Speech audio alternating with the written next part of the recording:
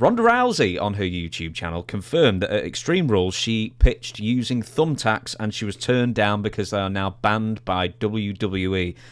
What is the stupidest weapon or weapons in wrestling as far as being just overly high risk or completely illogical? Well, I think we talked about a fire match. Did we talk about that, the We Inferno did. match? Oh, actually, just because you mentioned the Inferno match, we got a couple of comments on that recently. Apparently, there were a couple of Inferno matches in Puerto Rico around 89. Yeah, they were. Or fire I matches. had one. I had one in '94. I didn't have it. You couldn't melt and pour me in an Inferno match. Somebody said, "Hey, we want you to have a fire match." I said, well, "You're full of shit. I ain't getting in there." Can you imagine all the hair on me? If I just got close to that flame, I said, "No, guys, I'm not doing it." I refuse to do a lot of things in wrestling. I just wouldn't do them. Of course, I didn't make it like a big, "Oh, I'm not doing that crazy shit." I said, "Oh man, I can't do that." You beg off, you beg off politely at first, but if they keep on, then you got to get a little stronger. You got to say, what part of no do you not understand? I'm not doing it. I'm just not doing it. My car is outside. I can go right through that door and get in the car and go home. I said, you can get mad, but hell, no, it'll hurt you more than it hurt me, but I'm not doing that. But, they had the Inferno match started in Japan. Well, that's what some people were disputing, because I think the Inferno match might have been in the early 90s, and apparently Puerto Rico may have had one or two around 89. I'd have to search that up and have a look. No, I will say I think either the Wings promotion had it. FMW did. Or FMW under Onita. Because I first met Onita in Puerto Rico, and he was kind of a weird duck. And then I hear that he's in Japan booking all these crazy ECW style matches, because he was the first hardcore guy out there, I think, in Japan. Mm-hmm. And they may have had hardcore, but not as a theme of a company. FMW was the first. Then Wings. I think Wing was later, yeah. Okay. But I do think it started, because I do remember one of those companies having a fire match on an island off the mainland of Japan, because they could go out there in the woods. There's nobody out there, and they set it up and they did it.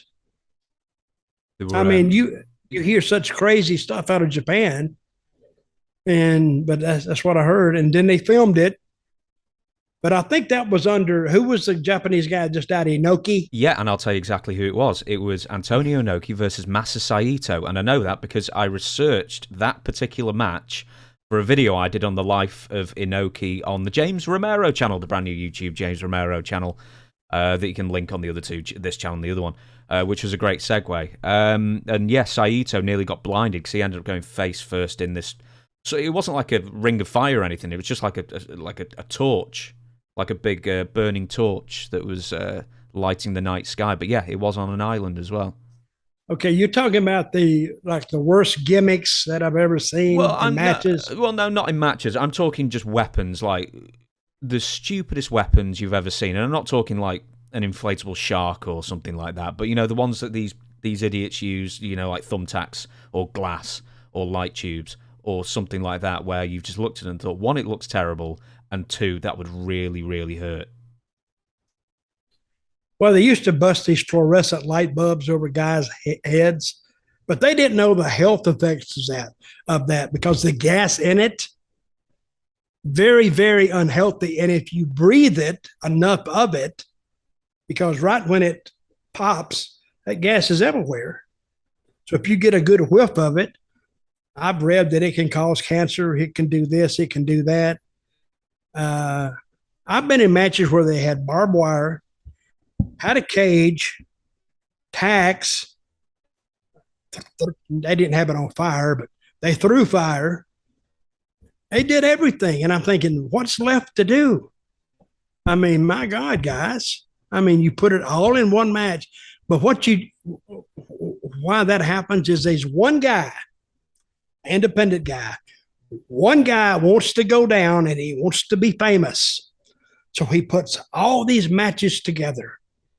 And like he's the first one to ever had the fire and the tacks and the barbed wire and the blood and the lights and the baseball bats and the chairs and the ladders. He just put them all in one.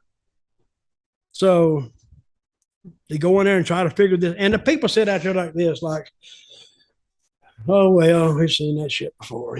But you see that stuff on independent shows a lot more than you're going to see it on big shows, because the big shows, they know how that can hurt your product. It hurts your product more than it helps it. They did that in TNA, didn't they? With like that Clockwork House of Fun cage where they just used to have like 20 weapons around the thing, and it sort of didn't really quite have the build up that maybe it could have done. Did you say TNA? Yeah.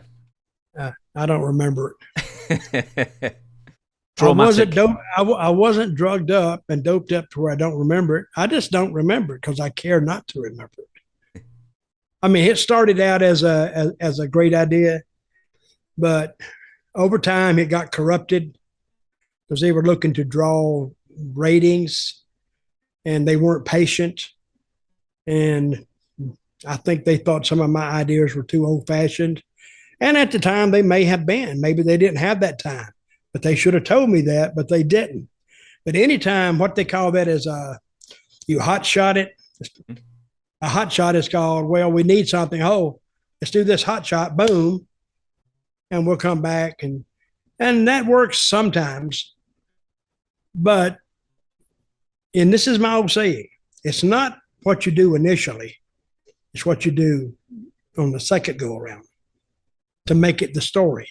You can do a big pop, draw a big house, but then if you don't do the right thing coming back, you're right back where you started. Mm-hmm.